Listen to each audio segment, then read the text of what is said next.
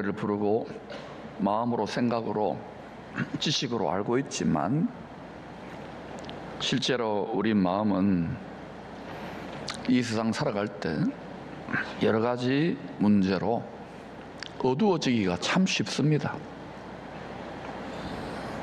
여러분 중에는 마음이 어둡고 답답해서 이 사람도 만나보고 저 사람도 만나보고 이 텔레비 방송도 보고 저 핸드폰에 유튜브도 켜보고 늘 핸드폰과 동행한다면 결국은 여러분 마음이 어떨 것 같아요?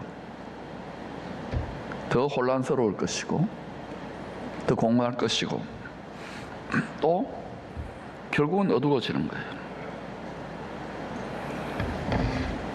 마음이 어둡고 답답해서 우리가 이런저런 하고 있는 많은 일들이 사실은 우리 마음의 어둠을 밝혀주는데 잠시는 도움이 될지 몰라도 큰 도움이 못 돼요. 그래서 우리는 이 마음의 어둠을 간직한 채로, 답답함을 간직한 채로 살아갈 때가 참 많습니다. 잠시라도 TV를 좀 줄이고 핸드폰을 좀 끄고 생각하는 시간을 좀 가지세요. 한 해가 저물고 있는데 아무런 생각 없이 아무런 반성이나 또 하나님 말씀에 대한 기도 없이 보내지 마시고 홀로됨의 시간을 좀 가지시기를 바랍니다. SNS 기술의 혁명이지요. 이 기술을 통해서 소통의 극대화가 일어나고 있습니다. 며칠 전에는 미국에, 일본에, 저 외국에 있는 선교사님이나 동역자들하고 실시간 화상통화도 했어요. 그런 시대잖아요. 상상할 수 없는 시대. 그런데도 소통의 극대화가 일어나고 있는데도 선진국이라고 알려진 영국에서는 세계 최초로 외로움 담당 장관을 세웠답니다. Minister for Loneliness. 그 나라뿐만 아니라 우리나라에도 노인 고독사에 이어서 청년 고독사까지 증가하고 있답니다. 청년들이 고독해서 방에 틀어박혀 죽는데요. 굉장히 밝은 기술 문명의 시대고 소통이 많이 일어난 것 같지만 마음의 어두움이 전염병처럼 확산되고 있습니다. 혹시 여러분 중에는 이 마음의 전염병에 우리 마음을 어둡게 하고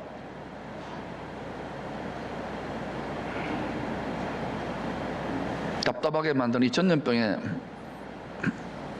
정상적인 범주를 넘어서서 일상을 지탱하기 힘들 정도로 고통하는 분들이 없습니까?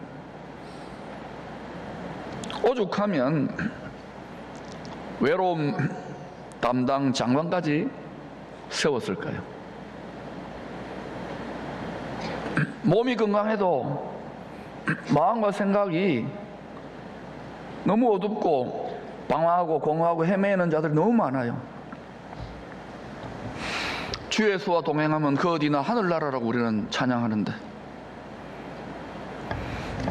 SNS로 소통을 아무리 많이 해도 대부분이요 피상적인, 소비적인, 정욕적인 소통이기 때문에 결국은 마음이 공허하고 어두워지기 쉬운 거예요. 누구와 소통을 해야 될 때일까요? 소통의 극대화라고 하는 밝은 빛의 이면에 마음에 깊은 어두움이 자리 잡고 있습니다. 세계적인 심리학자 칼 융, 이분이 영국 BBC와의 인터뷰에서 사람들 마음의 어둠은 하나님에게서 많이 멀어졌기 때문이라고 했습니다. 우리는 빛의 자녀고 하나님의 자녀라 그러지 않아요?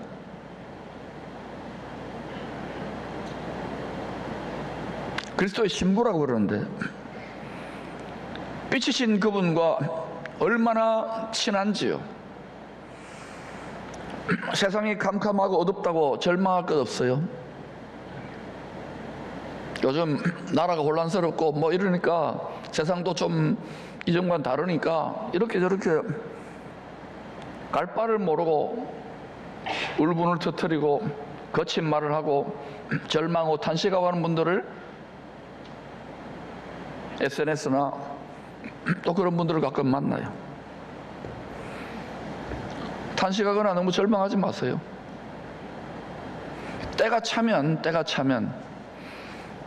다시 밝아질 것이기 때문입니다. 또 밝아졌다고 잘 나간다고 너무 좋아할 것도 없어요. 때가 차면 다시 어두워질 것입니다. 높은 자리에 최고의 자리에 있는 분들이 부럽습니까? 그들 마음의 깊은 어두움은 뭐냐? 떨어질까? 이걸 잃어버릴까? 그 두려움이에요.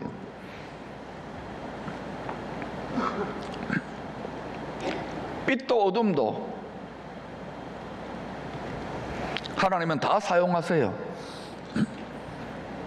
우리가 보기에는 빛이 더 좋은 것 같은데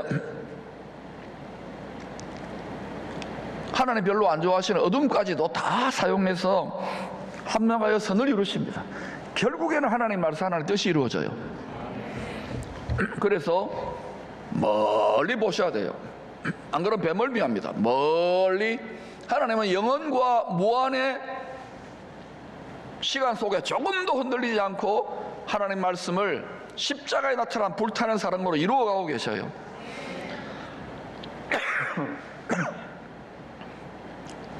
어둠이 깊어지는 이유는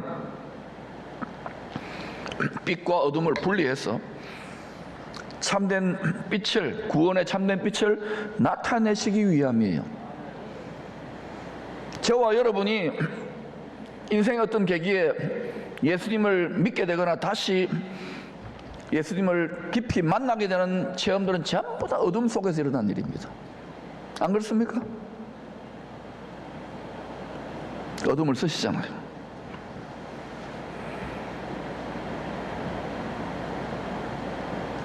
창세기 1장 4절이 그 섭리를 이야기합니다. 시작. 빛이 하나님이 보시기에 좋았더라. 하나님이 빛과 어둠을 나누사 God divided the light from 어둠으로부터 the darkness, 어둠으로부터 빛을 구별해내시는 거예요. 어둠으로부터 빛으로 인도하는 것이 하나님의 구원입니다. 올 한 해 돌아보면서 힘들고 답답하고 어두웠던 기억이 있습니까? 하나님께 어둠을 드려보세요. 그럼 어둠을 발라내고 빛을 발라내가지고 여러분을 예수 안에 있는 빛으로 인도하실 것입니다.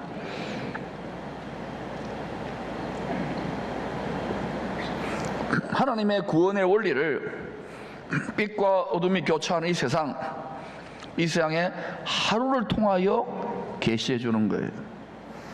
창세기 1장 5절입니다. 하나님이 빛을 낮이라 부르시고 빛을 보시기에 좋아하지요. 어둠을 밤이라 부르시니라. 저녁이 되고 아침이 되니 이는 첫째 날이니라. 이것을 회전하는 그림자와 같다라고 하잖아요. 명암이 항상 있는 거예요. 우리는 밝고 그렇게만 되면 하나님 찾을 이유가 없어요. 어둡고만 되면은 절망합니다. 사람 살 수 없어요. 그러므로 어둠이 조금도 없는 가장 높은 곳에 계시는 하나님이 이 빛과 어둠을 다 사용해서 회전하는 그림자와 같이 명암이 교차하는 이 세상 속에서 하나님의 구원을 기이한 영원한 빛으로 인도한다는 것을 멀리 높이 바라보고 일희일비하지 마시기를 축원합니다.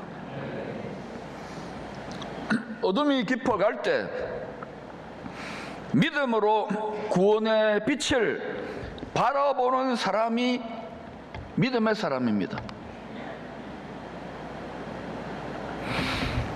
이 세상은 여러분, 하나님의 뜻을 이루기 위하여 전력 질주해 가고 있습니다. 이 세상에 여러분 마음과 생각의 소망을 그 위에 얹어 놓으면 흔들리고 넘어질 것입니다. 우리의 바라는 것이 이 세상뿐이 아니기를 바랍니다. 더 많은 부분, 영원히 흔들리지 않는 그 만세만석 주님이 흔들리지 않는 하늘의 보좌에 앉아 계십니다. 거기를 날마다 바라보고 우리의 출렁거리는 마음과 생각을 거기다 묶어 놓아야 돼요. 하나님은요, 영원한 빛의 나라가 완성될 때까지 죄인들을 어둠에서 기이한 빛으로 인도하는 일을 결코 멈추지 않습니다. 어느 한 개인이, 어느 한 가정이, 어느 한 나라가 깊은 어둠에 있었습니까? 그러면 그 어둠 덕분에 교훈을 받고 간절히 빛을 바라봄으로 새로운 빛의 역사가 시작되는 거예요. 그게 구원입니다. 또 구원으로 막 축복받고 잘 나갑니까? 그러면요, 사람의 부패한 정욕이 다 드러나요. 그 속에 있는 어둠 때문에 하나님의 어둠을 또 드러내요. 교차한단 말입니다. 우리 민족이 그래도 아시아 국가들 중에서는, 그리고 전 세계 중에서는 제일 예수를 올곧게 믿으려고 하는 그 민족 중에 하나 된 것은, 나라가 전쟁으로 망했고 나라가 일본에게 뺏겼고 이런 아픔이 있었기 때문에, 만약 그 근대사에서 의기양양하게 무조건 빛으로 갔으면 예수 배척했을 것입니다. 어둠을 사용하신 거예요. 오늘 이 설교를 듣는 여러분 중에 한 해가 저물어가는 이 시간에 너무 우울하고 절망적이고 예수 빛을 아는데도, 그런 분들은요, 그 어둠과 혼란과 공허를 사용해서 빛을 간절히 찾기를 축복합니다. 그 빛은 영원히 소멸되지 않습니다. 여러분의 어둠을 하나님이 사용하시도록 내어드리시기를 축원합니다. 하나님은 결코 멈추지 않으세요. 창조의 넷째 날 집주인은 죄로 어두워진 집에 조명을 다셨습니다. 하나님 집에 어둠을 가지고 온 강도가 틈탄 거예요. 해와 달과 별들의 조명장치의 움직임으로 생기는 시간을 통하여 이 세상을 구원할 왕이 오실 징조와 때를 7절기로 알려주십니다. 유월절, 무교절, 초실절, 오순절, 나팔절, 속죄절, 초막절이 그것입니다. 사망의 어둠에서 생명의 빛으로 인도하실 메시아의 초림과 재림의 때를 알려주시는 7절기입니다. 하나님은 때를 따라, 이 절기를 따라, 해와 달과 별들의 시간 스케줄을 따라 정확하게 일하시고 계시는 분입니다. 우리가 이제는 이 때와 시기를 자세히 하나님의 말씀으로 알아야 할 것입니다. 소수의 택함받은 유대인과 이방인만이 베들레헴에 태어난 한 아기가 메시아임을 알아차렸습니다. 하나님이 만왕의 왕으로 오신 아기를 알 수 있는 특권을 주신 거예요. 하나님이 택한 사람들 보세요. 로마 황제나 고관 대작이 아니었어요.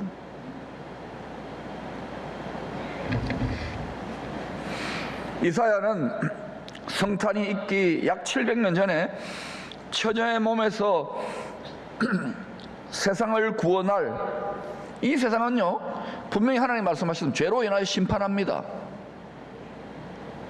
세상에 너무 소망을 두고 바라지 말라니까요. 우리가 세상을 사랑하고 긍정하는 이유는, 하나님이 세상을 이처럼 살아하신 이유는 독생자를 주신 목적과 같아요. 한 영혼이라도 더 건지기 위한 것입니다. 약 700년 전에, 성탄이 있기 700년 전에 이사야는 처녀의 몸에서 세상을 구원할 메시아가 한 아기로 탄생할 것을 예언했어요. 이사야 9장 6절 7절입니다. 이런 한 아기가 우리에게 낳고 한 아들을 우리에게 주신 바 되었는데 그의 어깨에는 정사를 메었고 정권을 메었다는 거예요. 그 이름은 기묘자라, 원더풀, 모사라, 카운슬러, 전능하신 하나님. 애기인데, 사람인데 전능하신 하나님이랍니다. 영존하시는 아버지. 아들을 보면은 하나님 아버지를 본 거예요. 삼위일체지요. 평강의 왕이라. 예루살렘을 중심으로 온 세상이 다 전쟁이 일어납니다. 성경이 분명히 예언하고 있잖아요. 그때 평강을 가지고 오실 왕이에요. 그 정사와 평강의 더함이 무궁하며 그 정권을 정권, 또 다윗의 왕자와 어디에 오셔서 다스릴 거냐면 다윗의 왕자, 예루살렘의 다윗의 왕자와 그의 나라, 메시아의 왕국에 군림하여 그 나라를 굳게 세우고, 하나님이 세운다면 세우는 겁니다. 전능하신 하나님이기 때문에 지금 이후로 영원히 정의와 공의로 영원히 그것을 보존하실 거예요. 어둠이 조금도 없는 하나님 아버지께서 예수 그리스도를 만왕왕으로 세우셔서 통치할 그 나라를 굳게 세우고 지금 이후로 영원히 정의와 공의로 그것을 보존하실 것이라. 만군의 여호와 열심히 이를 이루시리라. 열심히 어디에 나타났는가? 십자가에 죽기까지 사랑하는 불타는 사랑으로 나타난 거예요. 왜 우리가 신앙생활 하면서 열심을 내는데도 이 기쁨과 이 눈이 안 열리느냐? 육신의 정욕, 육신의 생각을 따라 구하고 빌고 믿기 때문에 그러는 거예요. 또 이사야 53장은 이 한 아기가 장성하여 자기 백성의 죄와 허물을 짊어지고 희생양으로 죽어서 부활할 것을 예언합니다. 그때 사망을 붙잡은 마귀의 머리, 뱀이죠, 머리를 밟았어요. 예언한 대로. 그래서 우리 대신에 죽음을 맛본 거예요. 우리도 죽지만 이 육체의 죽음은 죄 형벌로 내어준 거예요. 예수의 복음을 믿고 그 언약을 지키는 자는 말씀대로 사는 자를 말해요. 반드시 약속대로 몸은 죽어도 그 속에는 영원한, 속사람은 빼앗아갈 수 없기 때문에 약속이 있는 자는 영생의 부활로 나아가는 것입니다. 이 소망을 굳게 붙잡아야 돼요. 예수를 믿고도 세상 소망만 자꾸 붙잡으면 일이 일비한다니까요. 출렁출렁거릴 거예요. 또 이사야서 60장, 66장, 60장부터 66장까지는 죽으시고 부활 승천하신 왕이 어둠이 땅이 덮을 때 다시 오셔서 민족들을 심판한 후, 세상 모든 나라들, 민족들을 심판한 후에 나라를, 그리스도의 나라, 메시아의 왕국을 회복하실 것을 예언합니다. 요엘은 메시아의 재림 직전에 해와 달과 별들의 하나님 집의 조명이 잠시 꺼질 것을 예언합니다. 하나님이 조명을 달아서 빛과 어둠이 교차하게 했는데 메시아가 만왕왕으로 오시기 직전에는 조명을 완전히 꺼버려요. 어둠이 땅을 다 덮어버려요. 캄캄함이 사람들의 눈과 귀를 다 가려버려가지고 환해 보이지만 암울한 거예요. 하늘에 해와 달과 별들도 다, 권능들 다 떨어져요. 특히 별들이 떨어지는 것이죠. 그것을 요엘서 2장에서 이렇게 말합니다. 같이 읽어볼까요? 시작. 여호와의 크고 두려운 날이 심판의 날을 말합니다. 해가 어두워지고 달이 빛빛같이 변하려니와 누구든지 여호와 이름을 부르는 자는 구원을 얻으리니, 하나님의 큰 집에 조명을 끄시는 이유는 잠시 끄시는 거예요. 오직 땅에 있는 사람들이 세상에 소망을 두지 말고 광명한 샛별 주 예수 그리스도를, 구원자를, 구세주를 간절히 찾도록 하기 위한 비상조치입니다. 이 세상이 이제는 지금 그런 훈련들을 조금씩 시키고 있는 하나님이 여러 가지 요동과 진동을 통해서 초림의 때나 재림의 때나 메시아는 이 세상의 어둠을 밝히는 샛별처럼 오십니다. 하만의 계략으로 하나님의 백성들이 진멸당할 깊은 어둠의 때, 다 절망이죠. 이제 큰일 난 거예요. 패닉 상태입니다. 그때 구원의 참된 빛의 통로가 된 사람이 있지요. 에스더입니다. 에스더라는 이름의 뜻이 샛별이에요. 샛별. 별과 같이 많은 사람들 옳은 대로 이끈 거예요.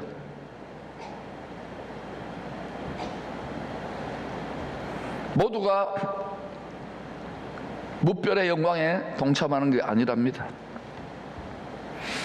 동방 박사들은 온 세상을 죄와 사망에서 구원할 왕을 아련하기 위하여 어두운 밤중에 샛별의 안내로 예루살렘에 도착합니다.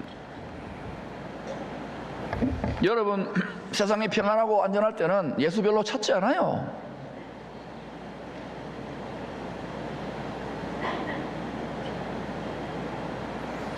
어두워질 때, 우리가 의지했던 것이 무너질 때, 앞이 캄캄할 때, 그때 사람은 본능적으로 뭘 찾는 거예요. 근데 그거 찾는 것이 참된 빛이 되기를 추구합니다. 미혹의 영들이 판치는 거예요. 적그리스도 영들이 판치는 거예요. 빛난다고 다 다이아몬드가 아닙니다.